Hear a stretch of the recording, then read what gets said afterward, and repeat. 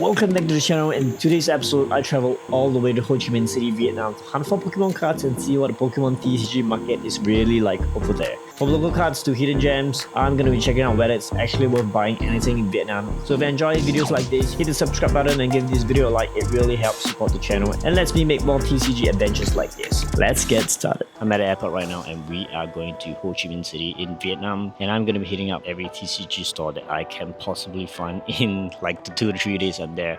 The market scene over there completely fresh. I have no clue what the market looks like, whether it's Pokemon cards or Magic the Gathering over in Vietnam. So it's gonna be a blast. I literally just came back from Thailand, Bangkok, and everything over there is unaffordable. So I think this trip is gonna be pretty eventful. It's gonna be one hell of an experience. So let's hope we find something new. I think that is our plan. So it's time to go.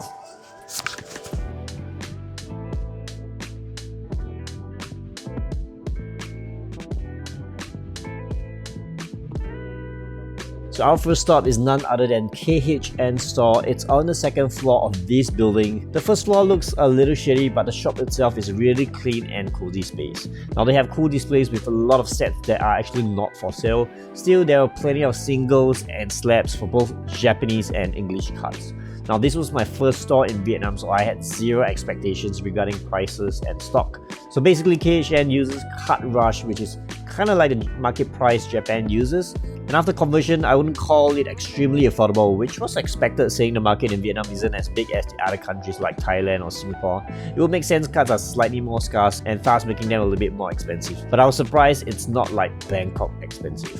So there are actually affordable stuff and steps I found that's really in fair market range, and you wouldn't be spending the extra shop or retail margin just to get it. The people here were extremely nice and helpful, and I looked through a bunch of their binders and found some cool stuff worth checking out. So I walked away with a couple of CHRs and one slab that's really just around price shot range, which I thought was pretty fair. I grabbed lunch afterwards and headed to the next spot called Card Lab. It's located inside this really hip collectible store, part of a building that has a lot of fashion labels if you're interested.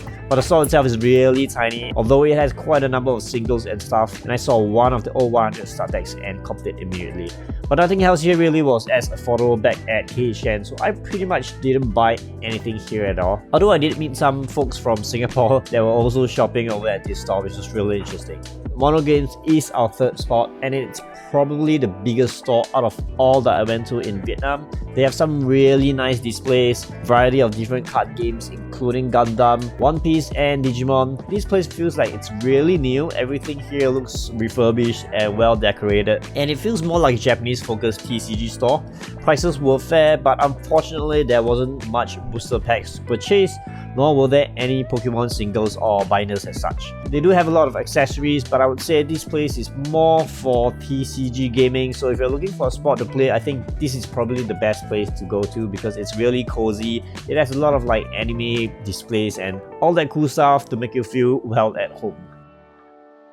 So that was pretty fast. That's Wano Games. I think they don't really have a lot of TCG singles for you to look at, no Pokemon cards. They have like perfect order sealed, and I'm surprised they do even have Magic the Gathering and Gundam, so pretty cool for that, and really nice deco.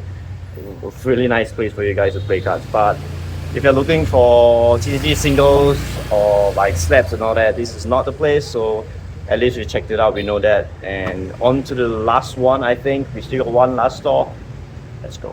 So I was here for like 5 days, and Vietnam is known for its good food, nightlife, but really bad traffic like Thailand. So most of the time I use the motorbike to travel to each store and places, and they are like maybe 5 to 15 minutes each direction, but some of the stores are a little bit more out of the way, so just take note of that when you're on Google Maps. But the next store we are hitting is called Aries TCG. It's nowhere as far as the Wano Games, but it's still up north further away from the central area. It's a clean spot with probably the most sealed products I saw in any of the previous stores, and there were also quite a bit of singles and slabs here, even though they didn't have any binders, despite seeing some behind the counters, so they're probably like personals or something. So sealed products are obviously more expensive than the market back in Singapore, but I think it can compete with Thailand for sure. There are also plenty of booster packs here in both languages, and each singles had to be comped by their staff, even though not all are affordable. Likewise to KHN, they do offer market prices for some of their cards, so it's not the worst. I managed to find some cards that were really competitive and actually below what Singaporeans are at. So eventually I walked away with a couple of CHRs, including a M2A Meta Gross as well as a Dark Phantasma Gengar PSA 10 for about 150 SGD for the slab itself,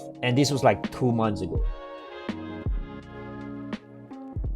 So we're done at Aries TCG, which is like the third or fourth store that we've been to in Vietnam. One thing that I learned here, like pretty important, is that you gotta change more cash because none of the stores here actually have any like credit card system. They do have like a QR code called Sacombank, but I can't use it from where I'm from, which is Singapore.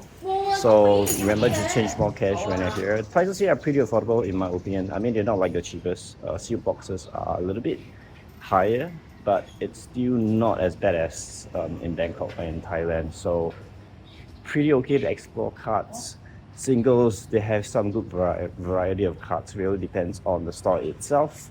And pricing, they use like collector, they use card rush. So it still really depends on where you're at. And yeah, so I think there's quite a space for TCG card here. The market is pretty good in my opinion. So might be a fun place, just not a lot of TCG stores. And we're on to our last store, so let's go.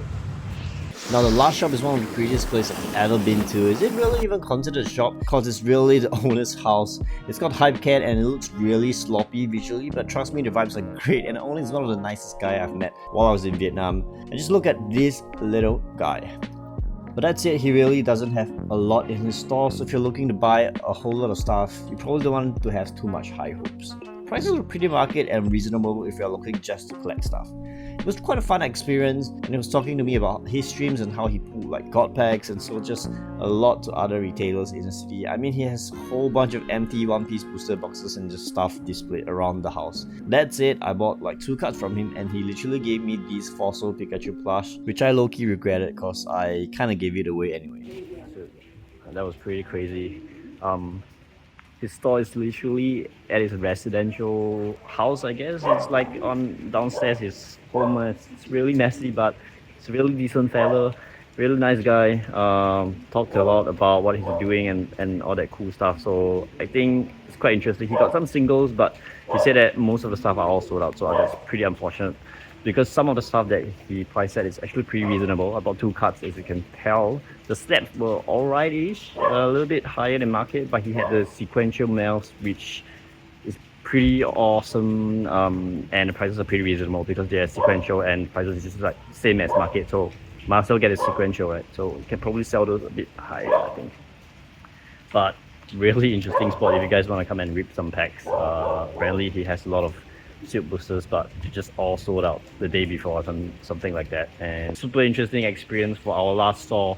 So I hope you guys enjoyed this journey of the 3 to 4 TCG stores in Vietnam. I think they're all pretty cool. A lot of space, like I mentioned, for the ability to explore cards and all that cool stuff. So if you guys are in the country or in the city, pop by some of these stores, but you don't have to come all the way to Vietnam just for Pokemon cards, because it's still a really small fraction of the market and don't really get a lot of like cheap singles and all that.